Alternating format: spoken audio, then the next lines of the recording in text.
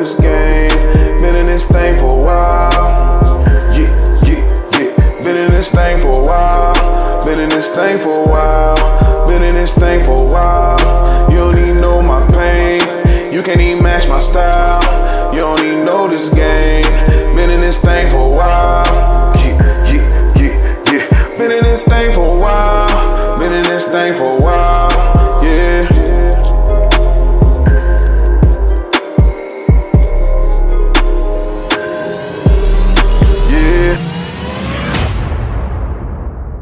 Hot outside, bro.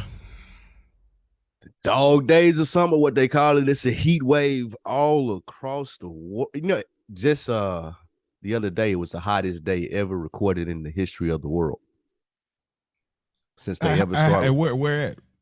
All over, just in general, on average.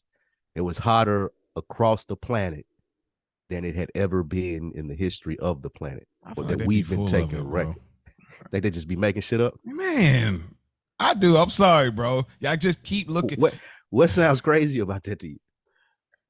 I know the global warming stuff is real. I know all that stuff is real, but it just be like it was the hot. I was outside, bro.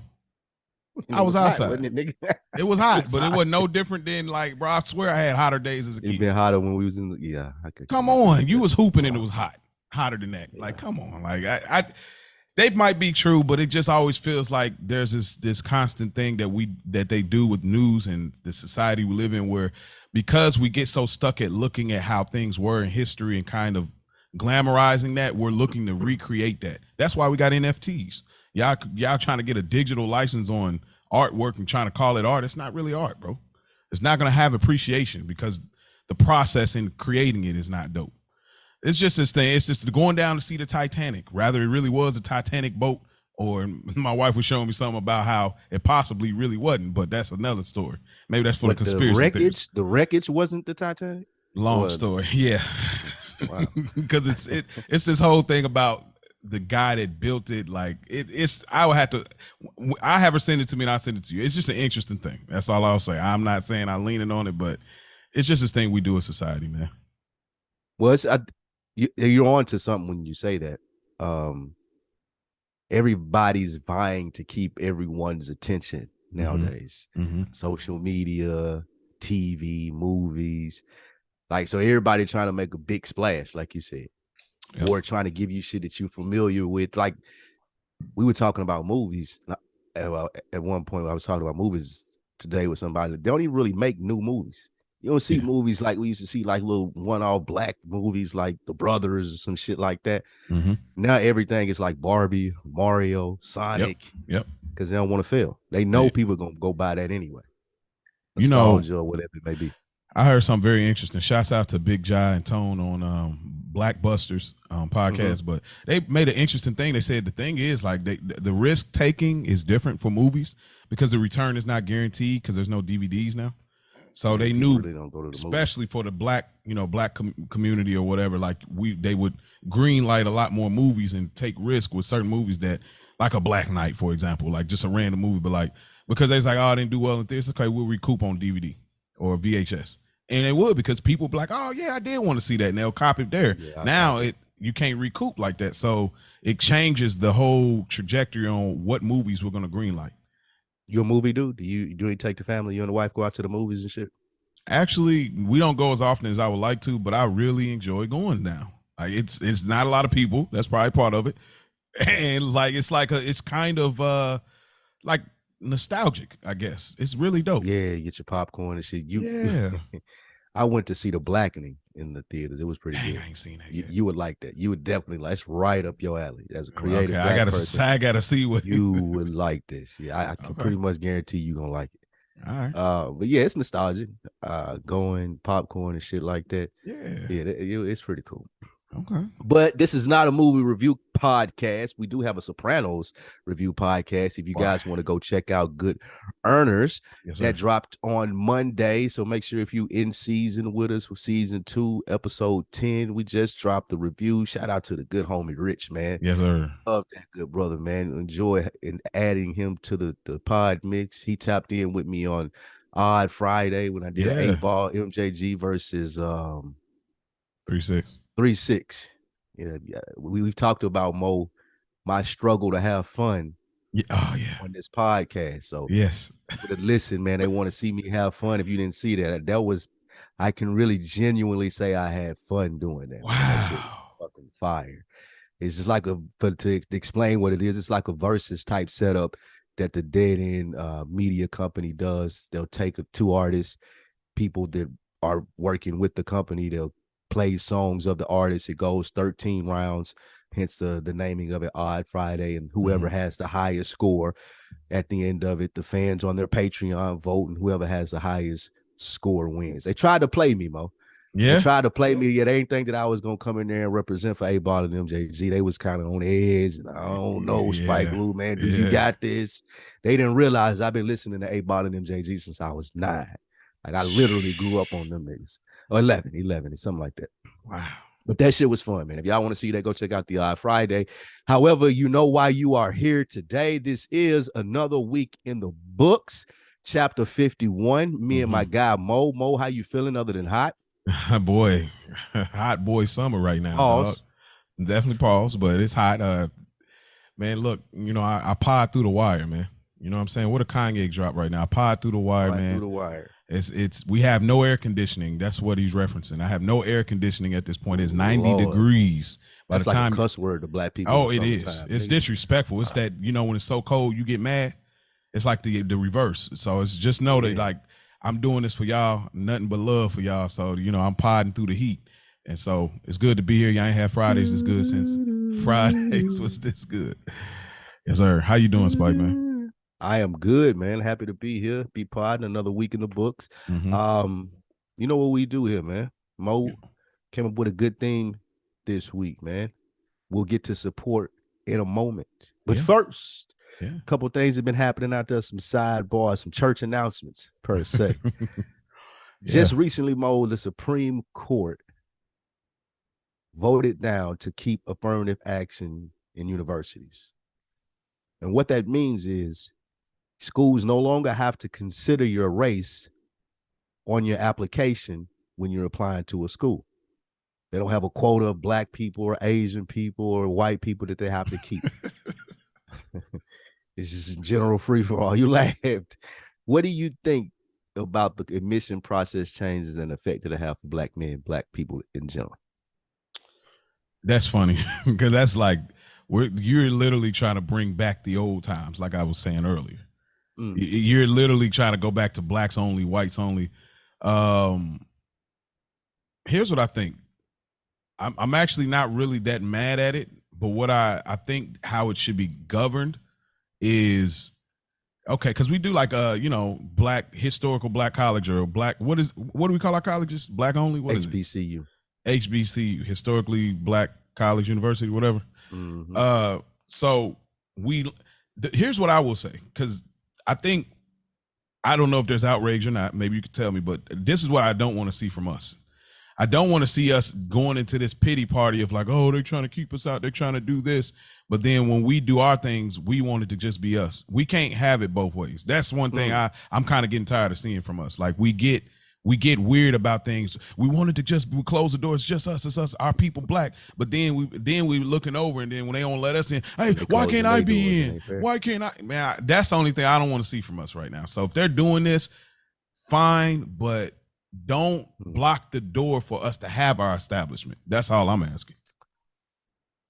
Yeah, I can see what you say. There was something funny on a lighter note of what you're saying when Cinco de Mayo was going around. You see black people saying, yo, this is my Mexican name for the day. This is my Spanish name for the day. That was a thing.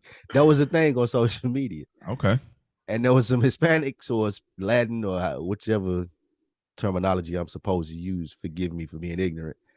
They were saying, okay, on Juneteenth, when they come around, we're going to have our ghetto names. I like it. And y'all better not say shit. I like it, though. But that's similar to what you're saying. And a lot of black people are like, nah, it don't work that way. But it does. It does work that way. Wow. You should be inclusive. Like you said, if you're able to take someone else's culture and mimic it in good faith, I hope nobody was doing it in jest on our end. Like they should be able to do it too. We shouldn't be as pinned up or aggressive where we got to be like, nah, you can't play with me like that. Bro, you open the door for this. So boom, there it is on that. However, when we're talking about this affirmative action issue, I'm not sure if institutions are ready to be held to their own standards. And that means like I'm not really sure even in 2023 that if you tell people, hey, you don't have to have this amount of black people here, that they won't have that amount of black people there. They'll just go on and say, oh, well, y'all got y'all thing similar to what you're saying. Well, why not go to an HBCU? It's more you guys over there. I'm not sure. I really do not know if big institutions are ready for that, if black people will get the short end of the stick on that. This was originally raised for Asians, though. Asians were this was, I think, an Asian lady brought this case to the Supreme Court and to the court, and it went all the way up to the Supreme Court. But I think they were being discriminated against because too many of them were taking people's spots or something like that. I mean, you have to look the story up, but it was originated through Asian people putting it up. That's even more interesting. It's this thing, man. Okay, so this is kind of in that space a little bit, but so there's this guy I follow. His name's Sunglasses Kid. He makes like 80s instrumentals, like really vibey, almost television like instrumentals. And so theme songs for TV shows? Yeah, like theme song with like his own versions, and he'll put like a little caption like in 82 it's a warehouse bus and they're about to break in or you trying to get your girl back in the ring. Like he just creates like a little caption to go with it. He's really good. This dude is really good. You should check him out. It's a vibe. What's it on Instagram? Yeah, Instagram. Yeah, Sunglasses Kid. So he switches it up. He does the same thing with all of like the the old school sounds as far as the horns, the synthesizer. That's what I'm looking for. But he says, 80s music versus like, I don't know, he said modern hip hop beat. This is kind of out of pocket a little bit for him. He don't know him. And it really wasn't modern with the beat like that, but the beat was nice on it. So I'm bobbing my head. I'm rocking with. I'm like, this is even more fire. Like, and no rapping, but then, so I'm like, sometimes I'm like, let me go check out the comment section, see what's up. The first thing I see in the comment section, now take this ghetto-ness out of here. Wow. This is a white dude that makes these. So a white dude kind of I wish it would have been better without the ghetto part. Then I look and see somebody else. What was the ghetto part? Was it like a because it had hip hop drums. Oh, okay. No 808s, nothing. Just some more of a hip hop pattern on the 80s sound. Somebody else I look at the comments, somebody going back and forth. Their ghetto is hilarious. Like, and they're like, what are you back in the 50s? So I'm watching people go back and forth. And then they say, yeah, why don't you go back to rolling dice and shooting somebody over it? Like, dang. And then, but then the black dudes get back with him. He was like, how about you go get your gun and go shoot up another school or something crazy. Like the setup was there. I'm not doing it justice, but it just it always blows my mind at like, I guess just when you see, I mean, of course you could be openly racist online because you're behind the black mirror, so to speak. It's still a lot of people that don't know black people that have only seen them on TV. You know what I'm saying? They may work with them, may not. Like they're celebrities. Like, you know what I'm saying? Like it's still people out there in middle America. Like it ain't a lot of black people around, and that's not excusing the comment at all, but it displays the ignorance. Yeah, like even the reference that you're saying, like ghetto over some music though. Yeah, just ghetto or go shoot dice. Like that shows like this person don't run into black people at all. Right. But yeah, I don't run into black people at all. But that was pretty much that. It wasn't a big deal, big topic. I wanted to bring it up just to get your thoughts on it, black man. I know you can come from different ways on it. Just wanted some good perspective on it. Yeah. Now, there's something else we're going to get into before we get into support, and that's being petty. Do you consider yourself a petty person at your big age?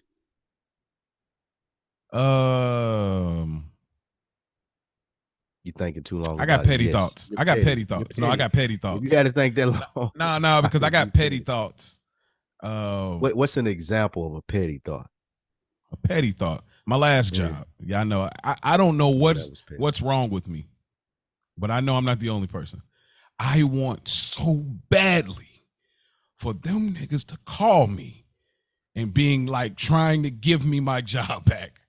just so I can tell them no. Like I know it's not gonna happen, but I want this to happen. It's that, my teacher said I never mounted, like that type of vibe. I want that so bad, but I know it's not gonna happen. But I'm petty enough to be like, oh yeah, I'll come in. I actually might even set up something like, oh yeah, I'll come in and we can talk and never show up.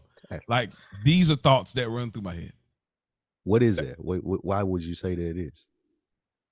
I think a big part of it is that, that not feeling good enough, always having that chip on my shoulder. I'm getting past it, but I still have areas. There's things that have happened. Like I literally had a girlfriend in school. Do you feel like that they justified that by you guys parting ways in y'all business venture? Do I think they were justified in it? Yeah, by terminating your employment, does that trigger you into saying that they think that you're not good enough? Yeah, a part of it. It's a part of it. I understand. I have to put on my grown man shoes. You know what I'm saying? Like I talk about it all the time. You know how easy it is to curl up in a ball and go back to kid mode. Just want to be with your mom and just go through these things, but you can't. You got to look at your face and see that facial hair. You got to, you know what I mean? I ain't gonna go more vivid than that, but these moments, you're like, I got to be an adult here. I got to be grown here. And I still. How many jobs have you been fired from? Think this might be the second. There's one that I don't know rather to say I was fired or I quit. I don't know. I can't figure that out, really. Well, how is that? I can let you know right now. Okay. All right. What happened? Did you stop going? Yeah, so here's what happened quickly. I was working a second gig. I've always been known to have two jobs because I just always trying to get money. I was working at my regular print company, but then I also was working at Denny's. So this white lady, we was actually cool. We had no problems. I was doing my job. I cleaned up. I was a dishwasher. Cool with that. I'm like, perfect. I'm listening to podcasts all day. I don't got to talk to nobody. I can have your dishes ready. I just come and grab them. I'm cleaning all day. That's it. I got this big old machine. So one night I clean everything. I mop. I'm done. We getting ready to go. Then she's telling me like, hey, you need to get this area. It's this deep crack, like all the way under somewhere. And I'm like, why didn't first shift do it? Yeah, you got fired. I can tell you right now. Well, hold on, let me finish. Keep going. Because here's why I don't know, because she left the option up to me. She's like, if you don't want to clean it, then you can leave. Okay. And then I said, all right, well, I'll leave then. But yeah, so that's why I was was I fired away? But I just, because that's where the first pivot for I'm just not going for anything started. Now I'm trying to figure out how to navigate that, because I got to the point I'm like, bro, I'm tired of this. Like anybody just telling me to do whatever. Like at that moment, I'm like, bro, I don't even need this job. For one, for two, y'all niggas want to put the extra on night shift. I've seen this. I mean, I've worked in so many restaurants. I've seen this a million times. Y'all always backloaded on night shift. So it wasn't even just them. It was just your previous experience. That's probably a part of it. Yeah. You do have a chip on your shoulder. You are a chip on your shoulder type guy. Let me ask you this. Yeah. The people that you used to do podcasts with, if they called you now and they say, hey, Moland, we want to get back in the game, man, start doing some podcasts with you. Like let's strike up the old band. What would be your response? Well, they my bros and they still my bros. So right. I mean, I'll be like, no. Just but that's not the chip though. Look how you tried to justify it. What is me saying no? Okay, what okay, get where you getting at. It's me saying no. I'm starting out that they your bros. No, go ahead. You say what you Well, they my bros, so I'm saying it's not like I don't have a chip on my shoulder with them because they my bros. I didn't like it at the time, but they my bros for real. Like we went to college together. Like we went through some stuff for the brotherhood to cross over into the line of that brotherhood. So they forever my niggas for real. But if they would, I say no, because I mean, y'all did me a favor the first time by even doing it, and I think y'all did a great job, but I don't think y'all in it like that. Y'all would have to show me so much for me to do it. And I'm realizing now I'm starting to be a lot more careful about what I commit to. We got the Sopranos, right? That's a show. So when you sign up for a show, me and you talk about future possibilities. When you sign up for a show, you have to remember what you're committing to. So I'm being more intentional about what I commit to. Are you willing to give up this many years of your life to do such and such? These are things you got to consider. So for me, I'm not willing to commit to that because I don't think you guys were nowhere near where I was willing to commit with it before. So I wouldn't, that's why I wouldn't. So I don't know if that's still a chip on my shoulder, but I mean, wouldn't you say so? I don't. I guess not. I don't. I guess. What do you mean? Like, because the chip on my Well, shoulder is like so counted out feeling, right?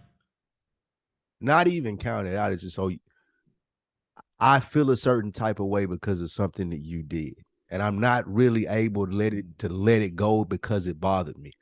I know that I could go another route and it would be more acceptable to you, but you made me feel a certain way, so I want to ensure that you get this same feeling back. Do Oh, you okay. think that's what you stand on? That's nah, Like, do because you that's lean now that's towards that? petty. Now we into petty like that. That's what I I was leading into. okay, great. You set that all the way up from way on the other side of the field. That's Yeah, fire. absolutely. You really good at Absolutely. this. Thank you. Thank you. I appreciate that. We'll get Nah, to that when nah. we talk about support. Yeah, no, I wouldn't say that. I mean, I have that with certain people, like because I mean, I've told y'all, but it's so many times, bro. I can't tell you. Stuff always look like it's gonna work out for me, then something ends up going left, and that happens so many times. I feel like now I'm just now getting in a place to change that trajectory and putting more effort into assuring that those things don't happen, even though stuff will still happen. But I'm trying to do more on my part. But it's just so many times in my life this has happened. So it does put me in that place where it's like, damn, why can't I? I mean, I'm doing the work too. I look nice too. I'm smart too. Like, you know what I mean? So it's always just been kind of different thing. That's why it's Is not it for no feeling? reason. No, I don't. So I wouldn't dismiss your feelings and say that it's no reason. Just for dialogue, for people Yeah. that may feel the same way and get something from it. This Yeah. conversation. That's what we do here. Another week in the books. I asked like, so for me, I'm not petty per se. I would consider myself more gullible than anything. Not, and that's why I'm so skeptical as well. Like I really, it may be an oxymoron, but That's definitely an oxy. I'll believe you at what you say as long as there ain't no consequence to me. Like, I don't give a fuck what you tell me. Like I don't care. But now when you're talking about me getting involved in it too, and like you said, having to invest time or money or anything of that nature, you're gonna have to do a lot to convince me wholeheartedly. Now, if I make that decision and I decided to believe you, I'm less petty if it doesn't work out in my favor. I'm not gonna hold a grudge. So that's why I say I'm gullible in that sense. Like if you convince me to do something, we got it, we doing it, and boom, it don't work out. I ain't like this motherfucker, like nigga, knew I shouldn't have trusted this nigga or anything like that. Yeah. I ain't really like that.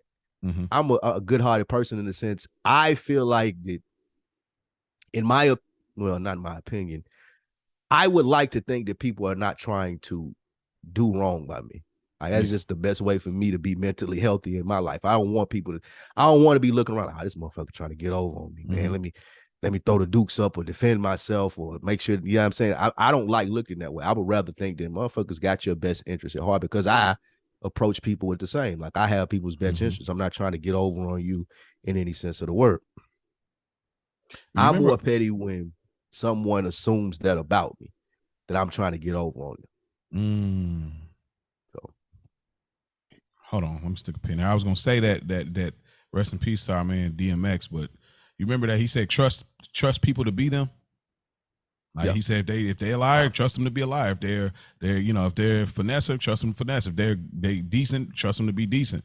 So trust people to be them, but know that when you see them, you know what I'm saying. So it's absolutely. Like, yeah. So I always bar right there. Yeah, and like you said, even like you said with your close friends, like I got friends. Like what you talking about with the podcast thing, one of the things I was gonna say in response. They're friends that I have that have done petty shit, and I ain't necessarily forgave them, but I'm not holding a grudge against them with it either. What age group? I mean, not age group, but like age period are we talking? We young adults? We young boys? That's in general, period. Like throughout all ages of life, you run into people who you are friends with, like, oh, well, that was petty. Well, what I know is you'll hold it against them, right? I'm sure your wife does petty stuff sometimes. I mean, come on, we talking about black women. Women in general, come on. You know, you don't get started. Women petty. You can't compete with women, bro. You can't even. Different. But man, if you could get it off though, like I tell you what. Here's what I do to get the petty off. Like if we just talk about with women, right? Like my wife. Like if I could get petty off with her, I'll get petty off on, like you said you didn't want nothing to eat type deal, and I like asked you for real, and then now you kind of getting a little extra. But I told you I wasn't hungry. Oh, okay, all right. So now I'm about to But you cook gonna something. go get her favorite meal. So now I'm about to cook something, but it might be something I know you like too, and I'll make it for myself, and I'll put everything up.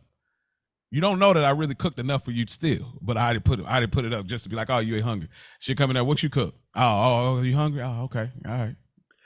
But that's just husband wife stuff. It ain't that deep, but it's just some silly like that fits your personality. Though. Yeah, It ain't much like, different from what you're saying about wanting a phone call from your old job. Yeah, I mean, you ain't never wanted to get something off, like, because you talked about that when somebody like they come at your character, or like somebody got off on you and you didn't really get that response back on them. Like he's like, dang, that's forever where I'm left. I'm left right there, them thinking I'm dumb. I'm left right there, them thinking I'm just another black nigga. And you like, boy, if I could get this off. Kind of, but I don't really be wanting to redo though. Like I think it is what it is. Like, damn, it didn't happen now. Like I ain't get maybe again in another scenario, but I wouldn't want to rehash the same scenario. Yeah. So I mean, I'm not saying that I ain't petty at all. You know, we all have our petty moments. Well, give us one then. I'm trying to think of it. That's what I was trying to talk through to get to what I feel like that I'm petty about. Well, you remember I shared my petty moment about that chick that played me when she was still with the dude back in the day, and then so years later, I got that off. That's still my favorite petty.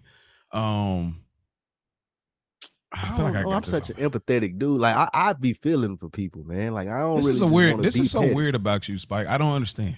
I don't understand this. I don't want to be petty though. I'm trying to think. Like I ain't really. See, you know what? Here's why it's so weird to me with you. Tell me. The more I think I know you, the more I don't. Because you have this demeanor where I think you care about human beings. I think that you are empathetic, and I think that you do try to give people the benefit of the doubt. Mm-hmm. But I still feel like there's that other side that exists is just as strong of this defensiveness, like so much, or like, I know you didn't just, oh, they really gonna, like with the impatient. I feel like there's this other part that's in. I'm trying to kind of understand what determines one side or the other. Yeah, because I'm trying to like you, because you, like you talked about with M Extra, right? Yeah. Just that little thing, but you kind of figuring out like, oh, was that what was you trying to say in the joke? Oh, okay, I'm gonna get this back off. Like, sure, it's a joke, but I'm gonna be a little petty because I gotta.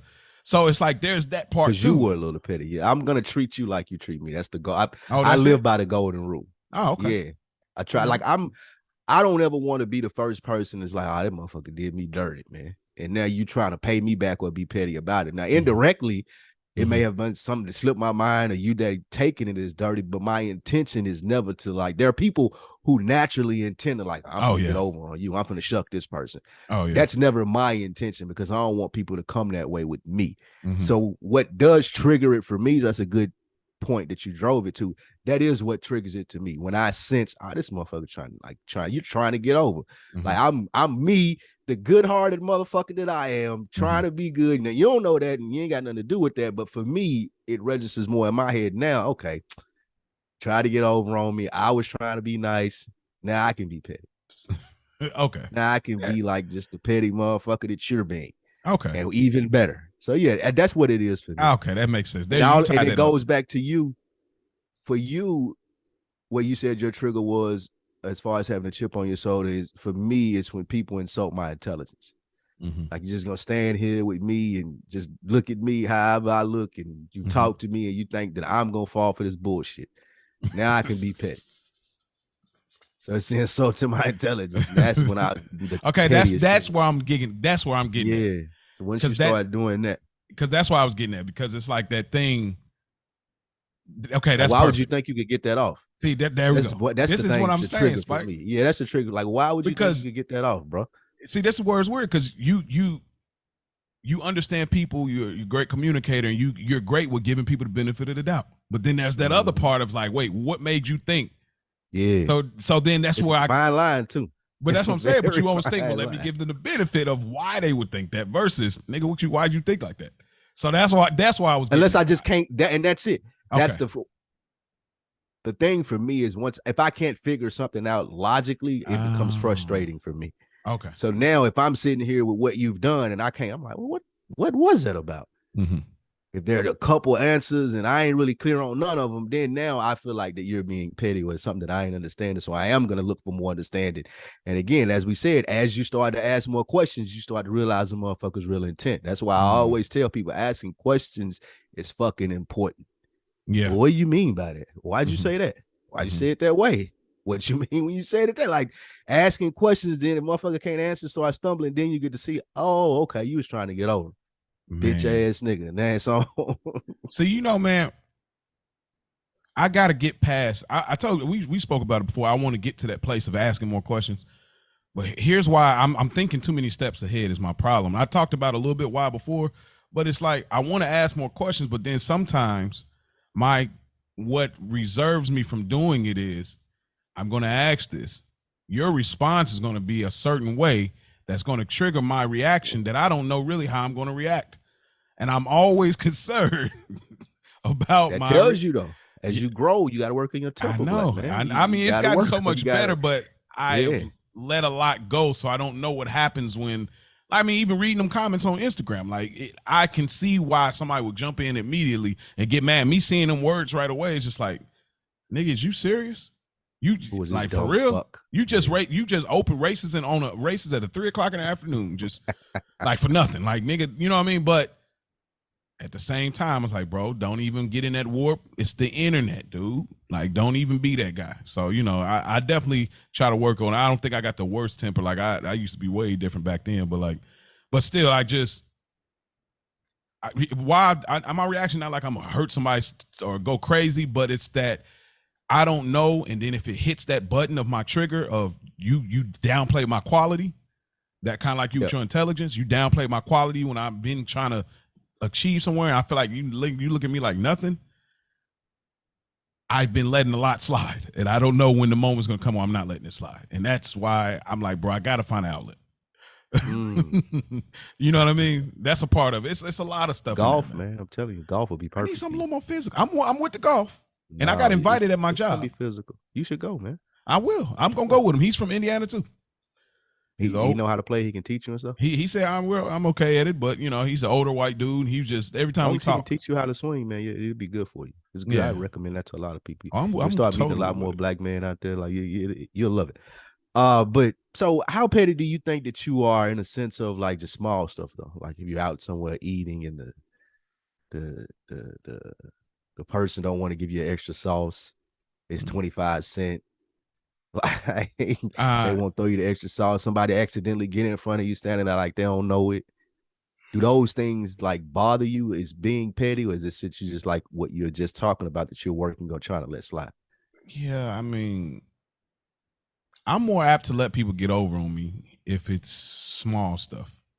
Do you think that you're one of those? Are you one of those people that like could you flip out in public? Like, is there something, a scenario or a role where you can see yourself like going off on somebody yelling at a fast food worker or a waiter or someone like that?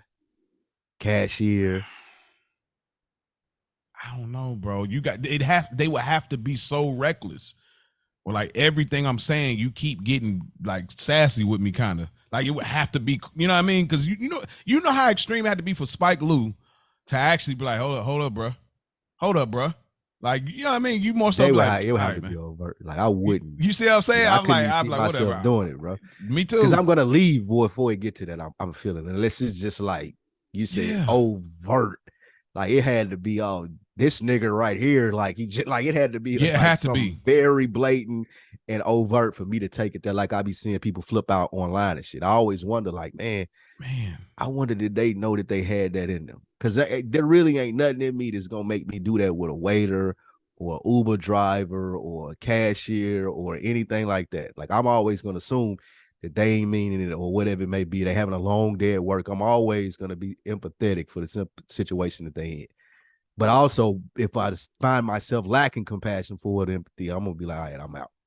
Not I'm gonna engage with this person and double down and bitch, you was wrong. You should have did this, that, and the third. Like I be seeing niggas jumping over counters and shit. Like it's just norm nowadays. And I wonder Yeah. where that shit come from. Like, what the fuck did y'all see people jumping over McDonald's counters and arguing with fast food people about change or like wanting your food back? I just that shit is wild to me. Watching So I reality, wonder how petty.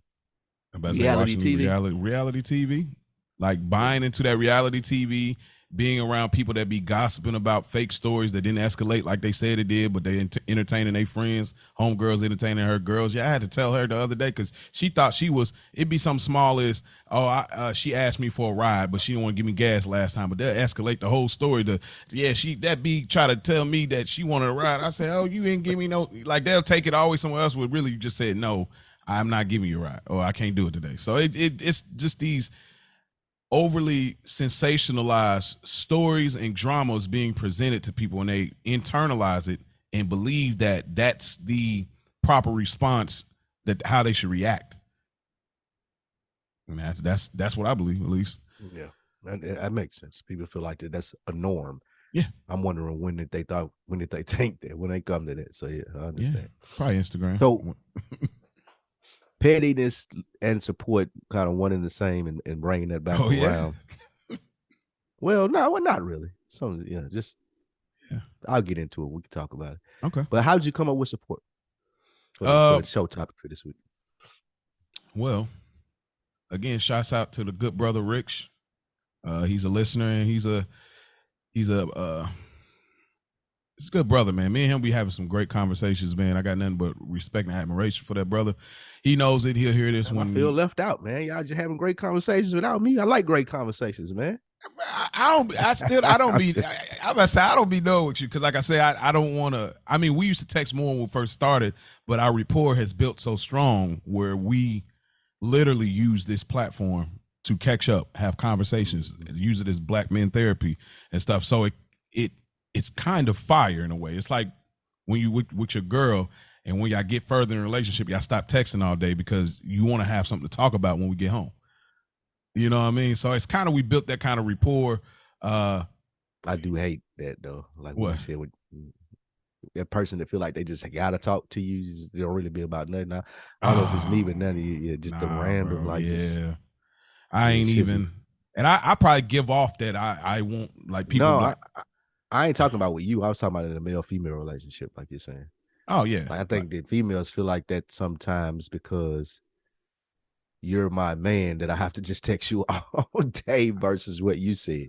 Yeah, and I see, like I promise you, I'll be there at the same time I was. Yeah, I can't wait to get a black woman. Y'all, I promise y'all, we are going to get a dope black woman on here. We got so many questions, and she's just going to do a great job. Whoever she is, we don't know yet, but man, because I really would like to know, like, what is that? Like, why am I texting you all? Like, that's good in an early stage boyfriend, girlfriend, because you're trying to get to know each other, and you're using all the moments you got to do it. But now, once I know you, it's like, bro, it's more attractive when you hold it down.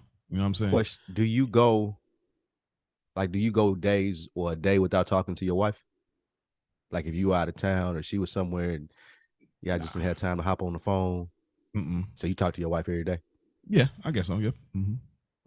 Interesting. We should be at that point. I mean, even one phone call. You know what I'm saying? If I'm out of town, check in. Hey, what's up? You should. I mean, how the kid doing? Yeah, this is my partner. Like, this is my. You know what I mean? Like, this is. You know what I mean? We should be doing that. You know what I'm saying? At least once. And I'm glad we're at that point where she respects it enough to say, have a good time and really mean it. That's a feat in itself when a woman gets to that point where she say, have a good time. Don't worry about it. Her. Yeah, and don't like really be looking for the text all day. Have a good time and really mean it, and be like, okay, all right, we'll get off the phone. Go ahead. And I'm like, okay, yeah, we've made that milestone. So we've definitely, I can't wait to. Eventually, we're gonna do a podcast, but I don't know how far out that's gonna be with the baby and everything. But like, that's the goal, because I think that our story is interesting. I think that I think people tune in just for whatever people have told us for years that like we should have a show. I mean, this is random people like that we just know. They be like, man, I will watch y'all. I'm like, what are y'all talking about? We're not that interested. Like, but people start a YouTube channel. Yeah, that's what it's gonna do. It's gonna be like kind of a whole visual thing. I got an idea of like having a whole room in the new house, setting it up. Just I got a whole idea how I want it to be, but it's ways away. And again, we talk about commitment, you know, and like, can we commit to this, you know? So, Being a content creator looks like nothing that I would want to be a part of in that sense. Like from the relationship side, like that shit look like it's way too much work. yeah. Taking the pictures and like that See, shit I ain't gonna do is that. too much. You're gonna get just like this. You're gonna get this work once a week. Like it's not gonna be no daily. I mean, I guess pause. All right, we'll flag on the play, but like, but it's not gonna be no in between. Like I gotta keep posting. Like, oh, me and Bay are out. No, we're not doing that. Like this is a respect. That's what you commit to though. When you introduce people to you as a couple, they want to know date nights and had this cute outfit for date night. Bay took pictures. Like but you could. I already know. But they can submit. They can submit their questions. You can drop in the comment section. We'll get back to you on the next episode. So tell me about support. Yeah. So just think about the good homie Rich, good brother Rich. He was on your live, and we had some funny, you know, laughter and stuff about that and everything. And me and him were texting, and he was just like, man, you know, I'm just blessed that we crossed paths. He said, I just think that's like basically so dope. Like, you know, cause I reached out to him just like you, taking that step. Like, yo, I listen, I already was a fan of Culture Garden. Yo, I know you're a Sopranos fan. I heard you reference it. Man, we about to come out with a podcast. You're like, oh yeah, that's dope. And then that's when he tagged us eventually that he was in Jersey. And then, you know, the rest is history as far as us linking up and him connecting and being on the show. So, but I thought about that support, how we bounce back and forth, and he rocks with this show as well. So you talk about that and how I rock with On Deck as well. So it's like there's this camaraderie and this thing that I love and I would like to see more of. But I also think that it hasn't been properly shown to us. And I'm gonna be all the way real because you know we get phrases in hip hop now. When you're a fan of something, you already know some of the slang they call you. So with that being said, you think that keeps people from being as supportive? They think it's not cool. I do. I think that they think being supportive takes something off their plate. That's one way to look at it. Like we were just talking about earlier, I always try to challenge myself when I'm thinking that. And I try to hold myself to a higher standard in sense of people are going to support you for as hard as they think you're going. Now, it can look like you can do it every week and you can put out an episode. However, when they start seeing you in magazines, they hear other people talk about you, marketing per se, because people can be brainwashed easily. But when they start seeing you putting forth the effort as well to get your name out there versus I'm just going to do this, put it out once a week. And I'm not speaking to you individually. I'm speaking overall, how we feel. I know how I feel. Like, you don't want to be the person that says, hey, go check this podcast out. Then a year later, they ain't even around anymore. Yeah. You want to see people that invested, engaged, and love that shit. Then you feel more comfortable talking about it. You feel more comfortable telling people about it, sharing about it. I think what we get caught up in is we get an autopilot sometimes, and people can tell that. And while they enjoy what you're doing, they appreciate the content on a weekly basis, they started to ask you, and shout out to my good brother Sam, man, I get into support from him in a minute. They'll ask you, okay, like, yeah, this is dope, bro, but like, what's next? Because I see the extra, the more, the rest of it that's in you. And I of course, want to support what you're doing now, but I also want to be the nigga that is waving the flag in the front row when you doing worldwide tours and doing all of these things. So I'm going to show you the ample amount of support that you deserve for right now. And this may sound hard to say. However, I see a lot more in you. So yeah, you're going to continuously get that support as I see you continue to be successful. Do you think that's fair that people think that way? I think that's kind of selfish. Because we're support is voluntary, correct? Yeah. Okay.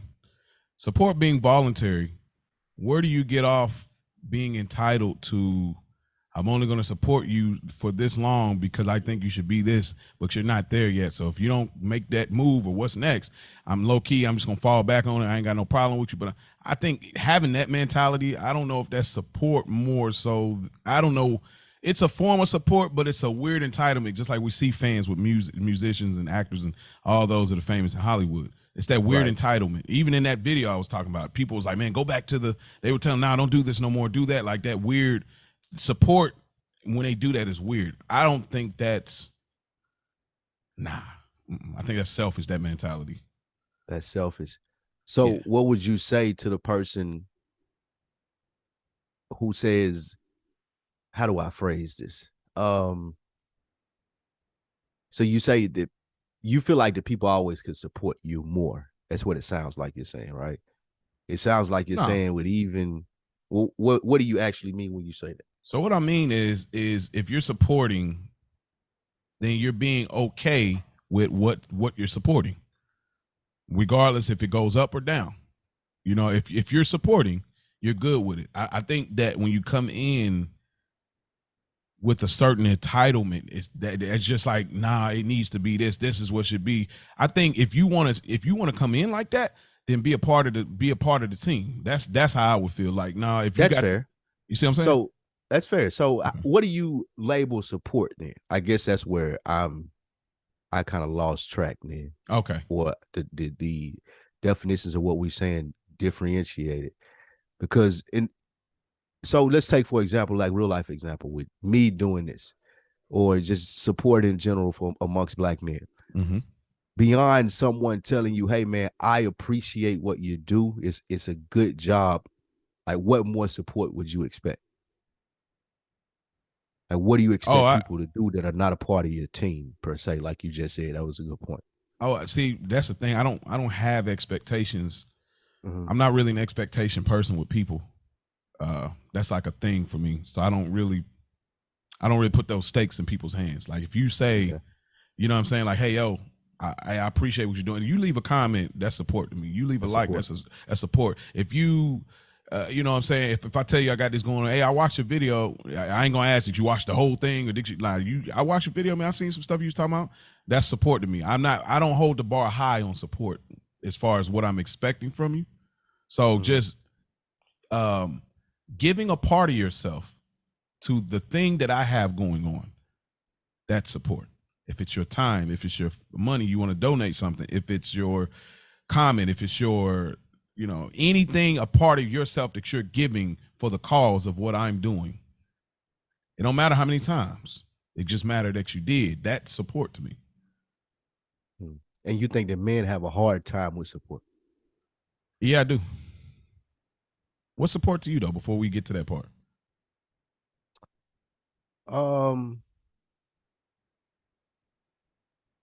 A genuine interest. Like support is for me being like, people can say, oh, how's the podcast doing? Like, nigga, I want to hear that shit. Ask me that. Like, cause they not genuinely interested, versus someone being like, man, I saw what you did the other day. That shit was dope. Or I heard what you said. I disagree with that, but keep doing your thing. I think just when someone is just vaguely or genuinely interested because they know you do it and they just want to spark up small talk or conversation, that's not really supportive to me. Supportive for me is when people, like what you said, engage. I'm gonna give you a moment of my time, whether it's to say, hey, I appreciate what you do, or to hit a follow button, or to like a picture, or whatever it may be. Those things are supportive to me. Like, I don't expect anything monetary from people per se. There ain't no subscriptions, anything like that. For me, it's more so like, man, I fuck with it. It impacted my life, and I want you to be bigger and people to give you money to do this, and you to be and do what you love, because I see your passion in doing this. That's what support is when we're talking about this as a podcast, or me in this media business. It's how I feel like people are supportive of me. I don't expect them to look at everything that I do. I don't expect them to know everything that I do, but I do expect them to engage with something that I do, because I do a lot. And there's a lot of different stuff out there for a lot of different people to be able to pick up on. Like, you ain't gotta like everything, but it's something that you do like. I promise you that. If you've been looking, if you're engaged, if you're supportive, if you found that what you do like and able to be supportive of it, that's what I consider for me. Like, support takes a little effort, like what you're saying. Yeah. It ain't just asking a nigga a question. Oh man, everything good with that? Oh, that's dope, man. I see you doing like, that's not. Yeah, support, that's not support. Because That's bullshit. there's zero Ain't investment. no investment other than need you trying to have exactly. small talk with me, or you Yeah. thinking that I need you to be engaged with me about it when I don't. That's less genuine than you just somebody saying, "Hey man, how you doing?" Yep. Cool. Oh yeah, you still do that? I'd rather someone say that. Oh, you still do that? Okay, cool. That's dope, man. Versus asking about it and not having a fucking clue what it is that I do. So support, to the point that you're saying, it's some sort of engagement, whether it be small or large. Just we talk about Dro a lot on this show. He sent me a text message after the show last week, or excuse me, an IG message, because we don't really talk outside of just shooting messages back and forth. We used to talk every day. He sent me just a long message, said, "Bro, I love you, man. Like, I'm proud to tell people that I know you when they ask about you, or have I talked to you, like, just continue to do what you do. Here's some advice on what I think could work to get you the way you're going. I could see you in the space that you're looking to be in." And that meant a lot to me. That support. He don't have to buy anything. He don't have to post anything. He don't have to tell me like I like this specifically, but just the acknowledgement of this dude that I grew up with. I know, we've been through the ringer with each other and just where we come from. Someone to say, "No, I'm taking time out to just pay respect to what you do." Not just randomly asking you about it, but I listen, I engage with it. He talks to you. Yeah. Like, that meant the world to me. So that's what I mean by support, where people are able to do that. Do men have a hard time doing that? Yeah. Because where do we talked about this before on this podcast, like, where do you get those examples from? And that's one of the questions that I was going to ask you when you said that, like, you grew up more so around your dad than I did.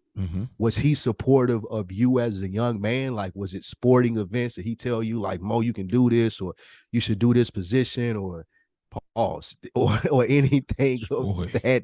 You a wild boy. Like, was he supportive of you in the household? Did you see that growing up? Well, I did want to push back a little bit. I will say I see where you're coming from as far as support. I don't think it's just contingent on you rocking with it. I don't think it has to be that part of it, I will say. But nonetheless, because I think it's the difference between like support and like being a supporter. I think when they rock with it, they're now a supporter versus just I support. But anyway, my dad, yes, he supported. I wanted to play basketball, or when I was rapping, or every little thing that I was into for the most part. He rocked with it if I ever brought it to him. Is all of us. My dad made us feel like superstars. Like that was a thing he gave us that was really great. The only issue, and it's not from him, the issue is again, you get that blanket of these are my parents. It don't register like it should. Just doesn't register. Like it hits more now when they say it, but there's still always that back of your mind. I birthed you. I'm going to say everything because you came out of my loins. I'm going to do everything to lift you up. Not to say that's the purpose. I know it's genuine, but it clouds the reception to it, to me. So I knew he was supportive. Both of them, my mom and dad, they were always supportive. So I seen that. But when it came to like him with other men, I didn't see that as much. And then even now as a grown man, I still don't see it that much amongst him and like some of the closer, family members, or like, just certain friends and stuff. Like I don't really see it might pull up on a barbecue, but I don't see the real going out your way, investing, engaging support. It's kind of like my dad more so I brought it to you. So now I put you in the space for kind of supporting, because now we're in an environment. I brought it to you. I brought this music to you. I brought this, whatever to you, versus you went out your way to actually. So I didn't see that. I definitely didn't see that at all. Like, that's the closest resource I would have had. You didn't see him doing that to other men, being that supportive of other men. Not really. I mean, he hung with them. That's what we do. We hang. And that goes to my point. Do you think that there's something to that? Do you think that because how men have to support their families, their wives, their children, the home, be there and be a provider, do you think as you grow older, there's less time for you to be as supportive of other stuff that men do? Like, how supportive can you be of your friend working a 40-hour job, having a family, raising kids, making sure food's on the table, making sure the bills are paid? Like, you said something key there. It's going out of your way. How much time do you have as an adult man to go out of your way? You always got your weekly schedule. You think so? I know so. Like some something random can happen to throw off your whole week, as far as, because you usually have a schedule, right? Stuff that you play out, stuff that you make time for. So something random pops up. Someone's, hey, some come support me in this facet. Like, God, I don't really got time for that. Yeah, but 50, you something happens at 52 weeks out of the year. What do you mean? I'm saying, like, sure, if it's an event, like, okay, you missed the date. Yeah, I get that in that sense, but like, yo, I'm about to fly out. Saying that there should be some point in time when. Yeah, absolutely. It's just, you know how many times, bro, my parents didn't hit me with like, bro, my birthday, you knew it was coming all the way at the top of the year, and now all of a sudden you're on the struggle bus about what gift or how much to, you know what I mean? It's just like, nah, that is on me. I'm not thinking about that. So you're absolutely that. So I know that to be true. So the same things, like when it comes to supporting your partner or supporting, you know, one another.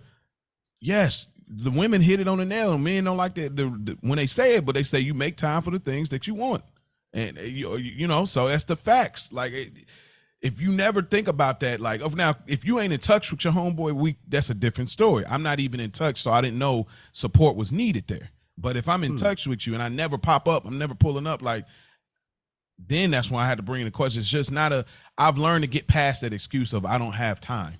That's just not, people dying every day, B. You know what I mean? And we be like, dang, I could have just, you know what I mean? So it's like, I can't subscribe to that, but sometimes things get in the way for a momentary support. What say you, though? It's interesting, man, because I can see both sides of that. Like, as you grow older, man, and you have different responsibilities, it's not really a thing amongst men for one of your responsibilities to be supporting your homeboy. Especially like when it's easy to be like, I got to work. I got to do this with the wife. The kid got a game. Like, nowhere in society are you punished or would people look at you funny for saying, I don't really got no friends because I'm not supportive. Like, I can't really do male activities. But you treat your wife, your kids good, your bills paid, and there's food on the table. Like, people aren't going to be like, man, you ought to have friends. You ought to be more supportive of people. It's like the reason that we say that men have a hard time with it, because it's not prioritized anywhere in our lives. It's not prioritized. Like, do you have any male friends where you live at? No, I guess I don't. No, I would say no. Like, so do you take time throughout the week to talk? I'm going to make it a point to call my homeboy this week. Nope. I'm going to make it a point. And see, I did nothing's just talk wrong to, with I did, that, right? Yeah, no, you're right. Nothing's wrong No with one that. would tell you, hey, bro, that's you need to be hitting your homeboy up. However, we're talking about support, but that's what comes with it. We get so comfortable as men because we feel like, hey, I got to provide. I have to do this. I have to do that. I don't got time to be supporting, for lack of a better word. I ain't got time to be supporting no nigga. I know what you're saying with time. Time, you're saying that don't really make sense. But I guess I don't have the responsibility bandwidth. And that sounds crazy to say, right? No. But I think it's, and I'm not saying that to me personally. Yeah, I just think for men overall, that's how we look at it. Like, there are a lot of things, there are a lot of book or places that I gotta check before I get to a point where let me be supportive of my homeboy. And even in then, like, you got to have a really understanding partner. Like, it sounds like you and your wife have a dope relationship. At some point, we know how women are. She'll look at it as like, well, nigga, you got free time. Why ain't it with me? Why ain't it with the child? That's what you sign up for when you have a relationship. So for men, we like, you got to fight for that time, that being able to support other men, like, in those scenarios. Like, you have to really make that a point in your life. And I think the reason that it comes off as we have a hard time doing it is just no one prioritizes it, and no one gets backlash for not prioritizing. Yes, I now that I agree. I think the mentality on calling it a responsibility. That's why the minute we think about responsibility, like you said, that's more bandwidth. The minute we think, it's the mentality we have towards it when it comes to like making those calls or looking out at what you got going on here lately. So it is that type of thing. But I do think also it's like we almost subconsciously, may not ever say it out loud, but subconsciously, I was able to put myself together.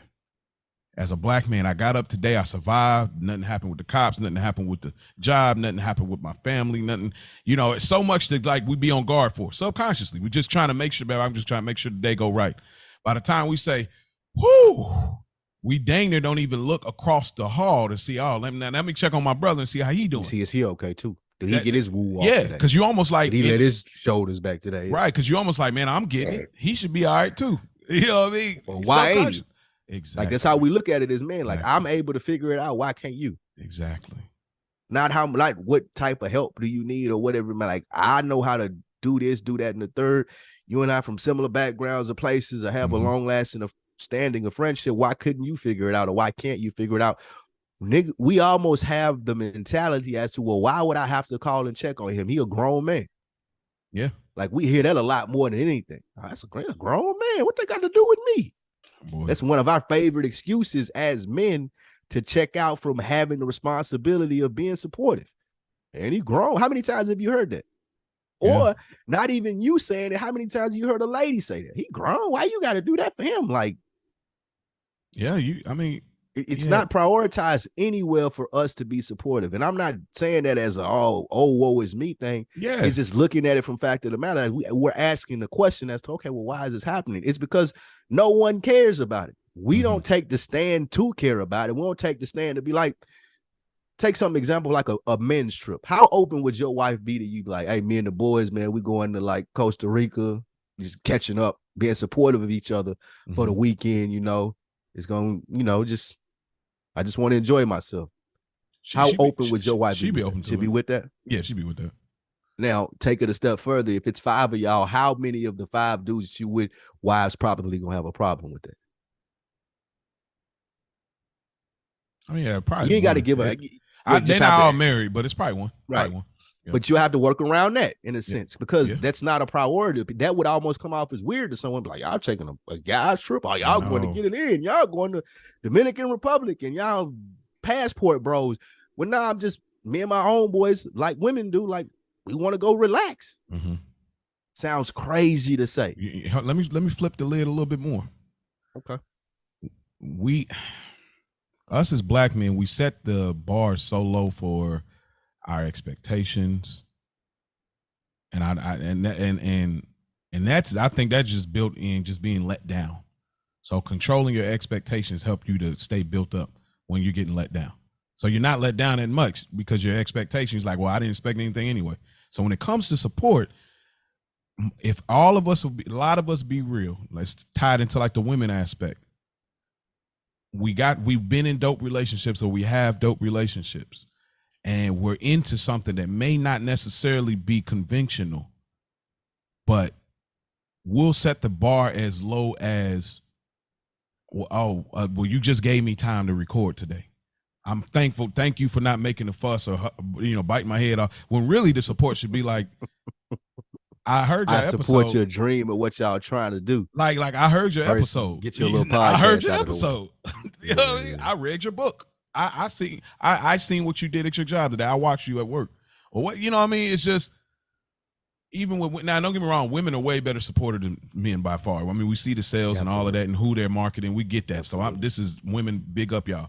But when it comes to men's, it's that weird thing where y'all want a man of a certain stature, but when he's trying to get it, then he's like, oh, you don't take it back to that line. You make time for the things that you want. So you can't be supportive of me getting the bag, but you want a man that has the bag. Which one is it?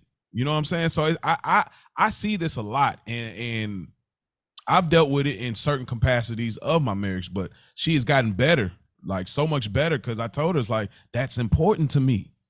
It's important to me. Like I get, and then I'm throw back in your court, but even with this show, even with just podcasting, she's in school, and that's a priority, and that's the thing. And she's done all-nighters, and I'm like, all right, hey babe, all right, I see you in the morning, whatever it's gonna be. But when it comes to me having to record a couple times a week, or gotta write, or gotta create, it's always like, well, you don't have to do that, or you could do that another time. No, don't put down my dream. Don't put down my process and what I'm doing because you don't understand it. you got to take time to understand it, because you're going to keep getting yourself upset or keep getting yourself like, I don't get it. I don't know what he's doing. He just on the microphone. He just in the mic talking. You haven't taken the time. But we set the bar so low that we're not asking for you to support. We just asking for you not to argue with us. We just asking for you not to get on our nerves. We just asking for you, give me some time. That's. You think that's where most women are at with it? I ain't gonna say all. I probably say by half. Yeah. What I will say to that, the great thing about women is, if it's someone that they love, like, are interested in, they're going to make those adjustments. Yes. Like once you show, not just say, once you show, like for a good woman, once you show, okay, no, this is a passion. Like you can dismiss it and call it small or whatever it may be, but you start seeing the feedback that I receive from it, the joy that I take in it, the dedication that I have to it. Most good women come around. Like you said, women are a lot better at being supportive than we are as men, because there's incentive in it for them. Like she's making that investment into her man, or even a girl that's just your friend. She's making that investment in a good friend. Like now she got a good friend that does this. And if it's just a platonic relationship, you still get more support from women because they find it a lot easier to do than us as men. Men, we really looking at it like, I don't get anything out of supporting my homeboy. Is it that vulnerability part of it? Sort of, yeah. Because look, I'll ask you this. When you say the vulnerability part, when's the last time you had a disagreement with your homeboy and you're like, well, I don't like this and you don't like that, and one of y'all being like, okay, well, I'm going to do it anyway. I'm going to compromise just because my homeboy want to do it, versus the nigga being like, I holler me when you get done, bro, and I'm going to go over here and do my own thing and we'll just click back up on the end. Ain't really no expectation for it. I did that for my birthday last year. You did that? Like, yeah, y'all split. You doing something for your birthday that you didn't want to do? Yeah. Yeah, we went to the strip club. Me. Yeah, I've done that before. Yeah, but here's why it could be you in this sense, maybe not. Yeah, I've done that before. Where it's like, actually, we went to a cigar bar. Yeah, we having a moment. I'm loving it. It's grown. I'm in the Soprano vibe. You know what I mean? It's great. I don't want to stop hanging with y'all. This homegirl, she gave us 3 free tickets to go in here. Where we going? It's like, we going here? I ain't really trying to, but I don't want the night to end. So that's how we end up in that position. You know what I'm saying? Now, would I do that? Nah. I mean, my wife didn't let me live it down. But you know what I'm saying? But yeah, so I have done that. For your birthday? She ain't let you live that down? Long story. I mean, we went back and forth about this for a few days. I mean, bro, trust me, I had every great point in the world, but that was just one of those things where in every relationship, a man's gonna have that thing. He just can't, like, I'm sorry, I get what you're saying, but no. And every woman's gonna have that. I understand what you're saying, but no. And that was just one of those. It was one of them things, bro. Like I was like, oh my gosh, interesting. But that was the last time. That was last year. That was the last time that I did something I didn't want to do, but roll with the homeboys anyway. Yeah, like I just think, I don't think that there's a lot of incentive for men to be supportive of each other. Like you don't really get nothing out of it. And even in today's society, the men, when you see me. The big bro joke, like with niggas with money, like what's up big? But it's usually like niggas, there's an incentive there. Somebody's famous or they got money, or you trying to leech off of them or something of that nature. That's the thought process that's generally amongst the general public nowadays. But other than that nasty scenario, ain't really too much incentive for a man to be like, yeah, it's my homeboy, I'm supporting. Yeah. Well, let me ask you this: okay, do you consider yourself supportive? Yeah, I try to be. Okay. Try to be. Is this of recent where you felt like you said you had to make that choice of like, bro, I really got to be supportive? Because we talked about friendship on a previous episode. Or maybe you always been that way. I don't know. I know y'all homeboys, y'all tight. I mean, yeah, my homeboys that I grew up with, we all are pretty tight. So if something's going on, we're gonna show up for each other. Like, for example, anytime that I go in town and I have like family events, I'm going to see my fam. Like my main homeboy, they pulling up. Hey, my mom know their name. My cousins know them. Treat them like cousins. So being supportive in, hey man, Lou in town, I'm at least gonna swing by for 10, 15 minutes to holler at his mom's because I don't see her when he ain't here, just to say hello. So yeah, supportive in that sense, absolutely. Like my homeboy, I told you, got a bar. I make sure that before I go anywhere in Nashville, when I get there, I go to where he at. Dro got a clothing line that he wanting to push and do a lot behind it. I told him, like, just ask me, what do you need me to do? Might have been talking about when he sent me. Okay, sent you some files, absolutely. Yeah. Okay. All right, Dro. Ask him, what do you need me to do? And however I can be supportive of whatever that you have going on. And that's like that with all my homeboys, but we've been close friends for a long time. Yeah. And when you say for new people, well, let's say let's say black causes. Black causes. Give me an example. What you mean? Okay, it could be Black Lives Matter. It could be black business, black banking, black products, black business, black banking, absolutely.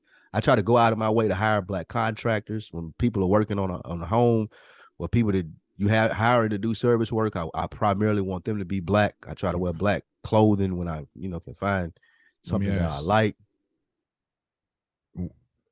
How do you stay on that path of supporting black when there's a black person that you've hired to do something and they ain't on it? What do you mean? Like, let's say you got a black. They don't handle their business right. They ain't handling it right, really. I don't judge all black people for that, though. Like, that's just them. They bad at their job. Okay. I ain't gonna say every black business is bad because some black businesses are bad at their job. A lot of white businesses is bad at their job, but I think we give them more benefit of the doubt. Yeah. Like I do go out of my way in that sense to support black banking, black business, like all of that, like black. Not so much with TV shows. Nick fuck with me about that all the time. Yeah, I'm not so much with TV shows. But we talked about it. I don't think it's as much as what he thinks it is. I don't think it's so much because I think it's just more about what TV serves for us at this point of life. And this ain't about a TV section. I'm just saying that it serves as a getaway for us. I think when we watch black shows, it's just reminders. I'm not watching television for reminders. I'm watching it for a getaway. And that's why I think, you know what I mean? Or bad examples. Reminders or bad examples. Or which is a reminder. We got bad examples. Yeah, we got good examples, and there's good shows. But nonetheless, it's like I'm not watching television for that. You know what I mean? But all right. Well, last note, we can wrap it here, man. This has been a great conversation. This has been really this is a quality episode right here, man. I think we on a moment. Lastly, man, what would you say to anybody out there? I wonder one time before you, why are women generally more supportive? I believe because they're better planners than us. Men, as we get older, especially if we have good women in our life, they plan most of the shit, the vacations, the outings and stuff like that. As men, you don't really never hit your home, but like, man, I got this plan. We're gonna hit this spot, do this, that. Like, we don't really be on that vibe. And as you get older, stuff does have to be more planned out. So I think the women are they're a lot better at planning stuff, which makes them more supportive in that sense of having time to be supportive in some of those senses. What were you about to ask? Are you afraid to ask for support? Like in this space and out of this? Okay, because I know how you are about asking about stuff. So I definitely wanted to know about that. Like, and why? Well, then why are you gonna pull up or like come see me? I'm gonna be here. Like, I've never really been that person. I just feel like the work speaks for itself, and that's true in some sense, but it still has to be marketed, told, and sold, packaged, because it's just what America is. But yeah, I'm not big on the asking for support. Follow me here. Like this, I'm gonna be here, pull up. Like, I'm not big on that or asking people to do that. I feel like they should genuinely want to if they've seen the work or or supportive of the brand or whatever it may be. Or even in the sense of like outside of this, like just in regular life. I feel like the people in conversation, when you talk to people, they know what you got going on and what they could be supportive of. And if they want to, they'll make that decision versus you having to ask for it. Like, ask for it, especially from friends. I always put people in an awkward position where they feel like they got to say yes. Then you lose genuineness in the relationship. And I appreciate that more than support. I appreciate someone being genuine with me and telling me what they really feel versus feeling like they have to fuck with something because I'm doing it. I would appreciate a motherfucker more so being like, I ain't even into that shit, bro. Like, but Spike, I wish you the best. But that's that too cool for school thing, bro. What makes you say that? Because sometimes you got to lead the horse to the water. You do sometimes. You say the product speaks for itself. Then what is hard? What, or guess what would be off-putting or kind of weird to say? Hey, yo, by the way, I'm doing this or doing that, and it's just like it speaks for us. But it's like, oh, really? You do that? Oh, okay, yeah, I'm gonna check it out. Where'd you say it was on? It was on Apple Podcast. It was on YouTube too. Okay, oh yeah, I'm gonna check that out. And then people actually get back. Like, I think it's so. You are such an interesting person because you're a salesman. You are a salesman. This guy is crazy. Y'all think Bo is crazy? All right, come on. But seriously, nah, I'm playing. But this speaks to the the levels of us. But no, nonetheless, I think I'm not saying I get the genuineness and stuff, but sometimes songs are pushed in front of your face and it can make you a fan, but you didn't go out your way looking for it. Commercials can push the commercial in your face, and you check it out, and it can make you a fan. I don't never think that I don't think you have to do that all the time. I think there's a healthy balance, but I think it's, especially in this stage of where we're going with this, where you're going and stuff, I think that there's a healthy balance where, like you said, you was getting your dance on, getting your ditty on a little bit.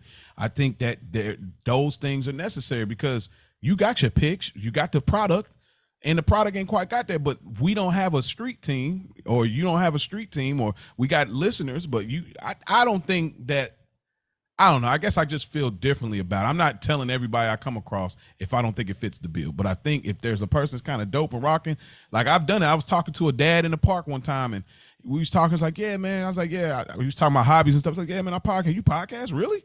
I was like, yeah. He was like, wow, well, what is it on? And we start kind of having a conversation about it. He may have checked it out. He may have not. You get the cold calls that don't return. You get some people that follow back up. But I don't know. I don't know. No, you're right. I create that intrigue. I do that. But it's after, like you said, a conversation. Okay. I ain't good at I'm not a cold call salesman. I'm a relationship salesman. Okay. I'm a personality salesman.